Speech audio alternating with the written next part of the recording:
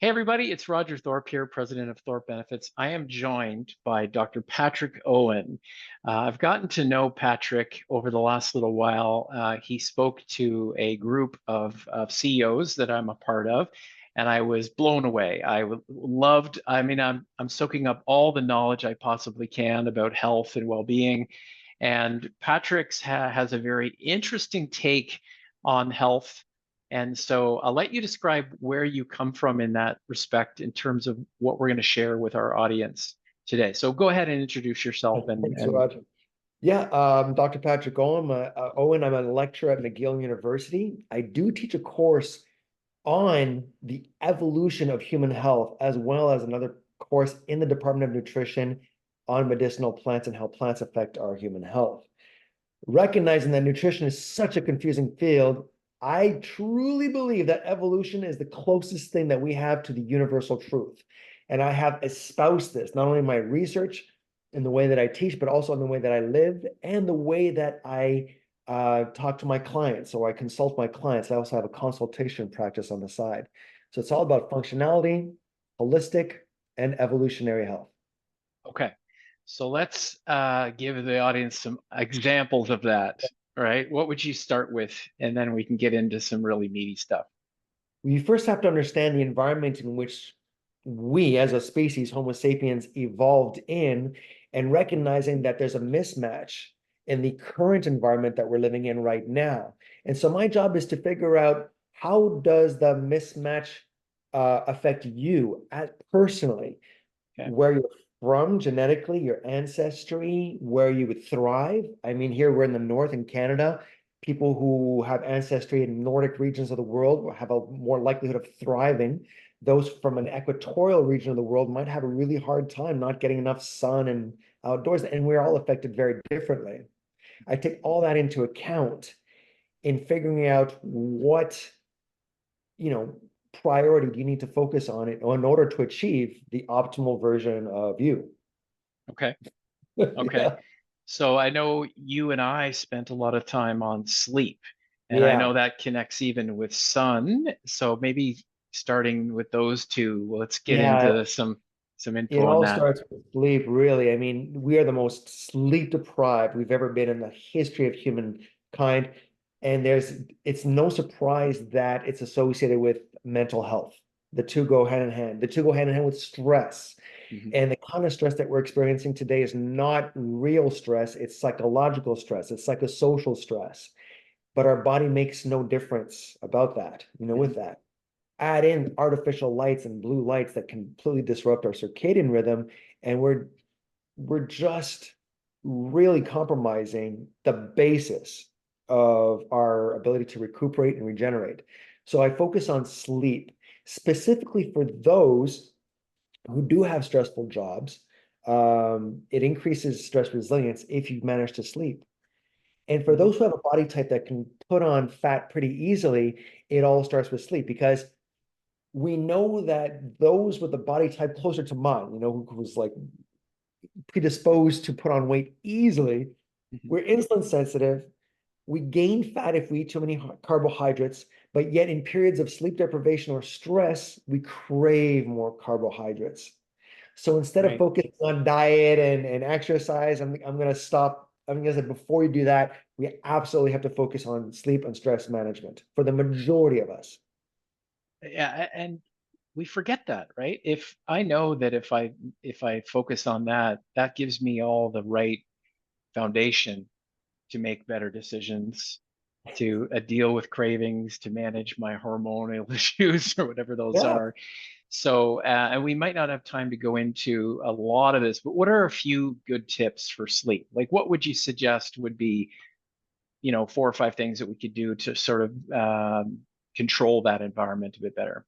Number one, and all sleep experts will recommend this, is be consistent in your sleep patterns. The Mhm. consistency is actually more important than getting your 8 hours of sleep.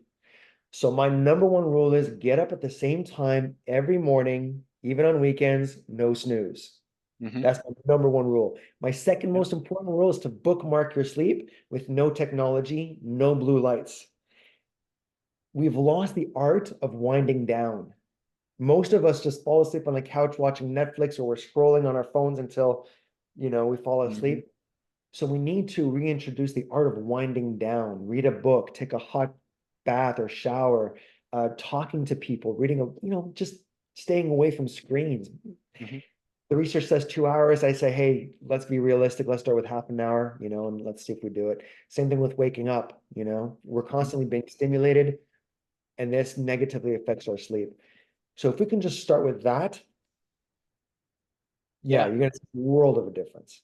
Okay. And I know I've talked to you and I've already implemented some tips or habits around that.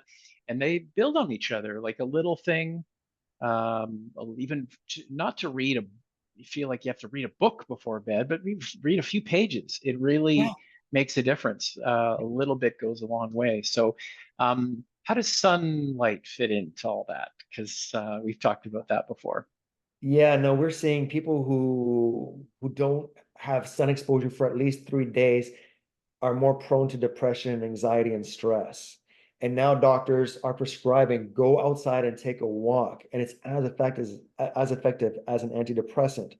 One of the many reasons for the benefits of the sun is that it increases serotonin, the happy hormone. And so just going outside for a walk, just that. I Mhm. recommend somewhere in the morning around sunrise. That's the best time of the day because now you get to calibrate your circadian rhythm. You can detect the amount of blue light, and your brain says like, okay, morning's here. Now I have a pretty good idea of my circadian rhythm. Mhm. But more importantly is that melatonin, the sleep hormone, is actually comes from serotonin. So the more serotonin that you produce during the day, once the lights are out, all that serotonin that's in the brain will convert to melatonin. Right. And we've all experienced this. We've all experienced like the day that we spend at the beach or all day outdoors, we sleep really, really well that night. That's why. So ironically, it's tough to say, but the happier you are during the day, the better you sleep. And going outside in the sun, even in the wintertime, makes everybody happier. Even if it doesn't feel like it, your brain is happier in the sun. So that's why. Yeah. And I can give you an example. I'm a skier. So if I go away for the weekend and we get up, we go to the ski hill, we're getting sunlight, whether it's gray sky or whatever, we're getting some exposure. I'm out physically active, outdoors. I sleep so well. Now I don't get up necessarily at the same time, but or go to bed, but I sleep better. So I can say these things all work.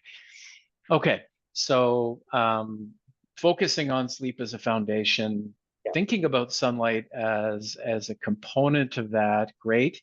And then you've talked about this sort of steak idea. What do you what do you mean by that? Because that's controversial. Well, We're not saying it's everybody go like, out and eat more no. ribeyes, but what do you mean by that piece? Well, it's a play on words. It's an alliteration, right? Sleep, Okay. steak, and sun. I use steak because more and more research is showing that a high protein diet leads to a lot of health benefits. So it's not necessarily steak. Right. I could say seafood. It's another alliterative Yeah. tool. But here's some really interesting stuff.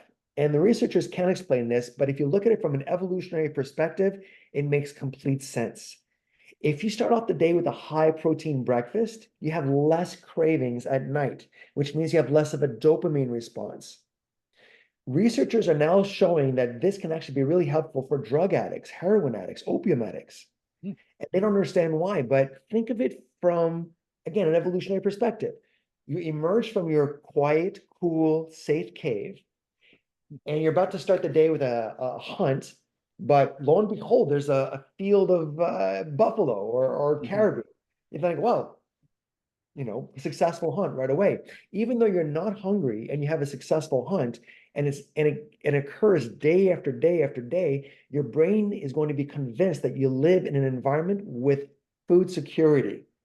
It knows that the likelihood of you having a successful hunt so early in the day is very high because it's been high for the last, two couple of weeks.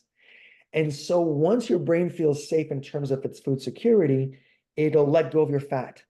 And so your appetite will naturally decrease. And we know this. Protein and fiber are the most satiating nutrient elements.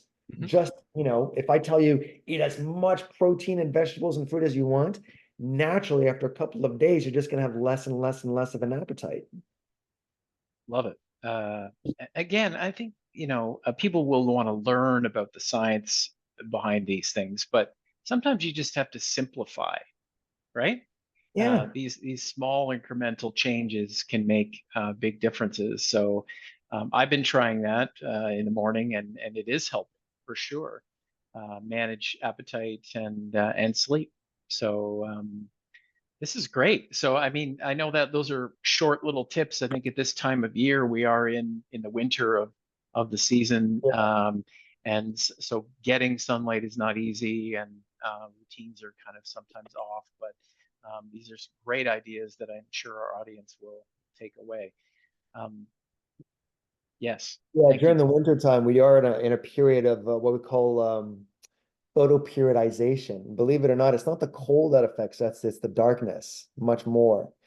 Right. And so in times like this is where I recommend technology to help us through because society really doesn't compensate. We all have basically a 9 to 5 job, stores open up at the same time, regardless of how dark it is outside. So Yep. right now I have a sun lamp. That's why my face is so bright. So Hmm. I highly recommend light therapy Hmm. as a way to get through the winter if you're not Yep. able to be outside because we know it. We go to the office, it's dark. We leave the office, it's dark, and we miss our little window of sunlight. So in situations like that, yeah, the sun lamp Yeah. is better, is the Yeah. next best. Use the technology. Totally agree. It's And you out can. there. You just got to know how to fit your lifestyle with these tricks. There's Mhm. always a way to figure things out. And this is what I Yeah. love helping out people to try to figure out, oh, well, here's the template for our evolution. Here's your lifestyle. What are the best ways to incorporate these habits in your specific lifestyle? If you don't have time in the morning, all right, well, let's try, these quick hacks, for Hmm. example. So that's the Awesome. challenge. Yeah, Yes, it's doable. I love it. I'm up it's for it. doable. You just got to one thing at a time. Right on. So, if people want to learn more from you, where can they find you, Patrick? Or what's the best way to reach out to you? Well, social media, Dr. Patrick Owen or Dr. Pat Owen. I also have a website, drpatrickowen.com. That's the best way. I'm also on Okay. LinkedIn. Because I know people might want to carry on the conversation like I did with you to learn more. So we can leave it there for today. But again, encourage people to learn for themselves. We obviously encourage organizations to create some environment where their employees can learn together and apply that knowledge to new behaviors, and then ultimately connect that with their community of their organization, and to see everyone getting healthier together. So thank you again, Patrick, for your time today. This was great. Really appreciate it. Hey, my sincerest pleasure. Okay.